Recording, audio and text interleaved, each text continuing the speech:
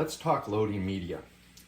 The Zebra desktop printers, whether it's a 4-inch here or a 2-inch, they load basically the same. So depending on media handling options, you will make a little adjustment on how you load it, but overall it's a very easy and quick experience.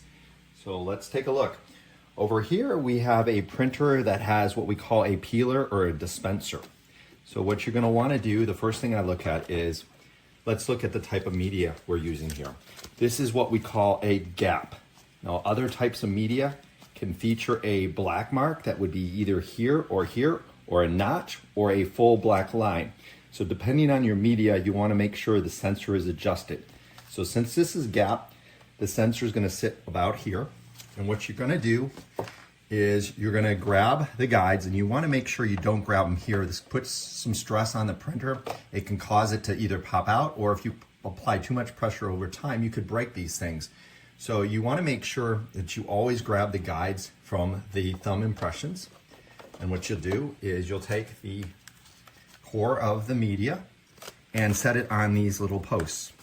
So you're going to go like this and like this. And you want to make sure the media moves freely. You can see it rolls pretty good, so you know it's seated right. And what we're going to do is we're going to open up the dispenser.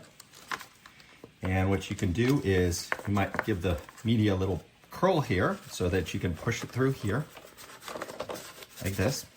And then you'll want to tuck it under the guide. And the media needs to pass over that sensor under here and needs to pass through the printer.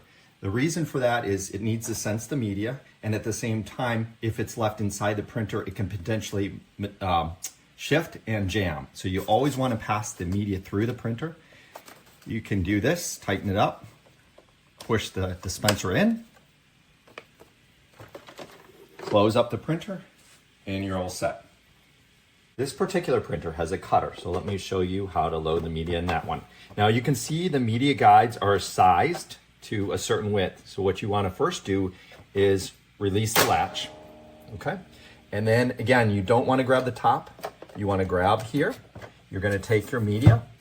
Again, the core needs to sit on these posts like this.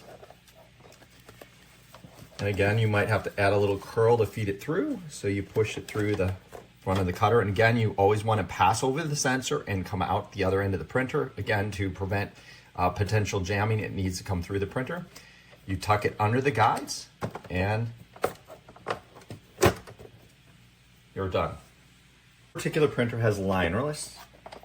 So what we're going to do is we're going to grab the guides here. Again, don't grab it by the top.